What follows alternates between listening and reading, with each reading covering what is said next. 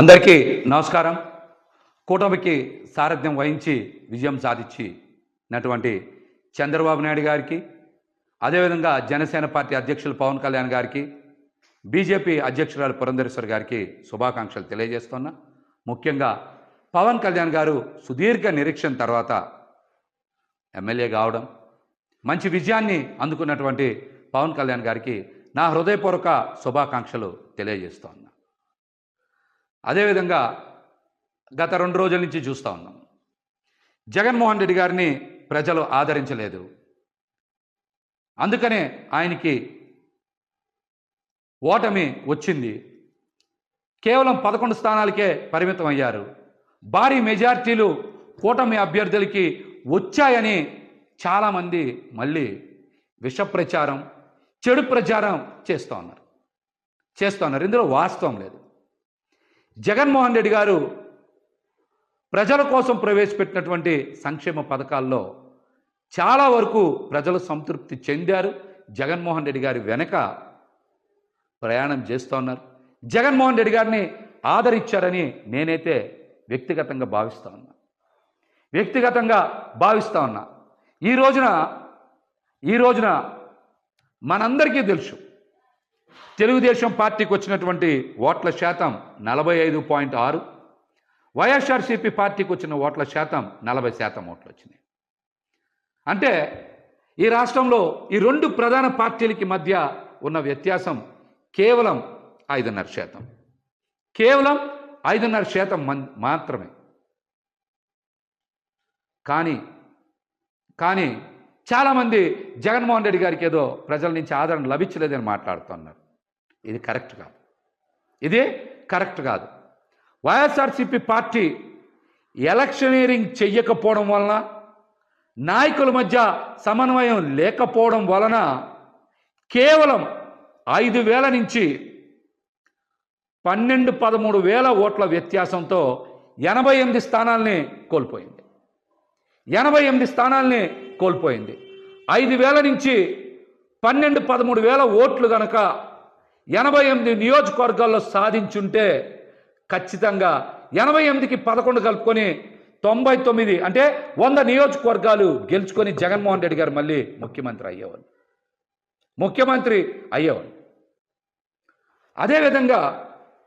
అదేవిధంగా ఇంకొక చిన్నది కనుక యాడ్ చేసుకుంటే, ఓట్ల వ్యత్యాసం కనుక యాడ్ చేసుకుంటే 4-5 వేల ఓట్ల నుంచి 13-14 వేలకి మరొక 3-4 వేల ఓట్లు కనుక కలుపుకుంటే, అంటే 18,000 ఓట్లు కనుక సాధించుంటే మరొక 31 స్థానాలు పెరిగాయి. అంటే 119 స్థానాల్లో వైఎస్ఆర్సీపీ పార్టీ గెలిచేది. ఇప్పుడున్న 11 స్థానాలు కూడా జత కలిస్తే 130 స్థానాలు అయ్యాయి. ఇది కేవలం ఎన్ని వేల ఓట్లు తేడా? 4,000 నుంచి 17,000 ఓట్లు తేడాతో వైఎస్ఆర్సీపీ పార్టీ వదిలేసుకున్నటువంటి స్థానాలు 119. ఈ 11 కూడా కలుపుకుంటే 130 స్థానాలు వచ్చాయి. అంటే వైఎస్ఆర్సీపీ పార్టీకి మరొక 10 లక్షల ఓట్లు పడుంటే జగన్మోహన్ రెడ్డి గారు రెండోసారి ముఖ్యమంత్రి అయ్యేవారు. కేవలం కూటమికి వైసీపీ పార్టీకి మధ్య వ్యత్యాసం, ప్రభుత్వ ఏర్పాటుకి వ్యత్యాసం కేవలం 10 లక్షల ఓట్లు మాత్రమే. కానీ దీన్ని భూతద్దంలో చూపించి విష ప్రచారం చేయాలని చూస్తూ ఉన్నారు. ఈ కుట్రలు ఎక్కువ రోజులు కొనసాగవని కూడా తెలియజేస్తా ఉన్నా. ఇక్కడ నాయకులు ఈరోజు బయటకు వచ్చి జగన్మోహన్ రెడ్డి గారినో లేకపోతే కొంతమందినో బాధ్యులను చేసి బయటకు వచ్చి మాట్లాడుతూ ఉన్నారు. ఇది సందర్భం కాదు. ఓటమి చెంది నిరాశలో ఉన్నటువంటి కేడర్కి, అదేవిధంగా మరొక మారు ముఖ్యమంత్రి అవుతారని ఆశించినటువంటి ప్రజలకి అండగా నిలవాల్సినటువంటి తరుణం. నాయకులు ఈ విషయాన్ని గ్రహించాలి. కార్యకర్తలకి, ప్రజలకి అండగా నిలవాలి. అద్భుతమైన ప్రచారం చేసి అన్ని వనరులు సమకూర్చిన తర్వాత కూడా ఓటమికి కారణం నాయకుల మధ్య సమన్వయం లేకపోవడం. రెండోది, ఖచ్చితంగా ఎలక్షనీరింగ్ చేయడంలో పార్టీ కొంత వెనకబడింది అనేటువంటి అంశం నాకైతే స్పష్టంగా కనబడుతుంది. ఇది నా వ్యక్తిగత అభిప్రాయం. ఇదే నా వ్యక్తిగత అభిప్రాయం.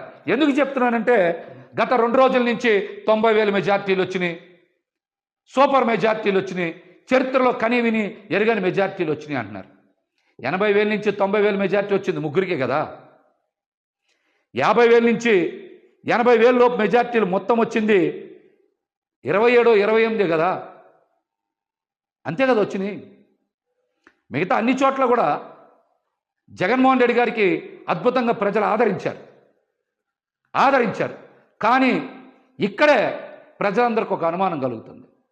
మేమందరం కూడా జగన్మోహన్ రెడ్డి గారికి ఫ్యాన్ గుర్తు మీద ఓటేశాం, కూటమికి ఇంత విజయం ఎలా లభించింది అనేటువంటి అనుమానం ఈరోజు ప్రతి ఒక్కరు చర్చ చేస్తున్నారు రాష్ట్రంలో. ఈవీఎంలు ట్యాంపర్ అయినాయా, లేకపోతే కౌంటింగ్లో ఏమైనా పొరపాట్లు జరిగినాయా? ఫలితాలకు ముందు నుంచే వైఎస్ఆర్సీపీ పార్టీ నాయకులు పెద్దలు చాలామంది కోర్టులకు వెళ్ళారు, పొరపాట్లు జరుగుతాయని చెప్పారు. అవేమీ పరిగణలోకి తీసుకోకుండా ఈ రోజున ఫలితాలు బయటకు వచ్చినాయి. ఈ ఫలితాల మీద ప్రజలకు అనుమానం ఉంది. ఈవీఎంలు ట్యాంపరింగ్ జరిగాయనేటువంటి అనుమానం ప్రజల మధ్య విస్తృతంగా చర్చ జరుగుతుంది. కొన్ని చోట్ల మనం చూసాం, ఒక్కొక్క ఈవీఎం మిషన్లు లెక్క పెట్టలేదంటే ఇందాక నేను చెప్పే కదా, 4-5 చోట్ల 4-5 ఈవీఎం మిషన్లు కనుక సరిగ్గా లెక్కింపు చేయకపోతే 4,000 ఓట్లు 5,000 ఓట్లు పోతే అద్భుతమైన ప్రచారం చేసి అన్ని వనరులు సమకూర్చిన తర్వాత కూడా ఓటమికి కారణం నాయకుల మధ్య సమన్వయం లేకపోవడం. రెండోది, ఖచ్చితంగా ఎలక్షనీరింగ్ చేయడంలో పార్టీ కొంత వెనకబడింది అనేటువంటి అంశం నాకైతే స్పష్టంగా కనబడుతుంది. ఇది నా వ్యక్తిగత అభిప్రాయం. ఇదే నా వ్యక్తిగత అభిప్రాయం. ఎందుకు చెప్తున్నానంటే గత 2 రోజుల నుంచి 90,000 మెజార్టీలు వచ్చినాయి, సూపర్ మెజార్టీలు వచ్చినాయి, చరిత్రలో కనీవిని ఎరగని మెజార్టీలు వచ్చినాయి అంటున్నారు. 80,000 నుంచి 90,000 మెజార్టీ వచ్చింది ముగ్గురికే కదా. 50,000 నుంచి 80,000 లోపు మెజార్టీలు మొత్తం వచ్చింది 27, 28 కదా. అంతే కదా వచ్చినాయి. మిగతా అన్ని చోట్ల కూడా జగన్మోహన్ రెడ్డి గారికి అద్భుతంగా ప్రజలు ఆదరించారు. కానీ ఇక్కడే ప్రజలందరికీ ఒక అనుమానం కలుగుతుంది. మేమందరం కూడా జగన్మోహన్ రెడ్డి గారికి ఫ్యాన్ గుర్తు మీద ఓటేశాం, కూటమికి ఇంత విజయం ఎలా లభించింది అనేటువంటి అనుమానం ఈరోజు ప్రతి ఒక్కరు చర్చ చేస్తున్నారు రాష్ట్రంలో. ఈవీఎంలు ట్యాంపర్ అయినాయా, లేకపోతే కౌంటింగ్లో ఏమైనా పొరపాట్లు జరిగినాయా? ఫలితాలకు ముందు నుంచే వైఎస్ఆర్సీపీ పార్టీ నాయకులు పెద్దలు చాలామంది కోర్టులకు వెళ్ళారు, పొరపాట్లు జరుగుతాయని చెప్పారు. అవేమీ పరిగణలోకి తీసుకోకుండా ఈ రోజున ఫలితాలు బయటకు వచ్చినాయి. ఈ ఫలితాల మీద ప్రజలకు అనుమానం ఉంది. ఈవీఎంలు ట్యాంపరింగ్ జరిగాయనేటువంటి అనుమానం ప్రజల మధ్య విస్తృతంగా చర్చ జరుగుతుంది. కొన్ని చోట్ల మనం చూసాం, ఒక్కొక్క ఈవీఎం మిషన్లు లెక్క పెట్టలేదంటే ఇందాక నేను చెప్పే కదా, 4-5 చోట్ల 4-5 ఈవీఎం మిషన్లు కనుక సరిగ్గా లెక్కింపు చేయకపోతే 4,000 ఓట్లు 5,000 ఓట్లు పోతే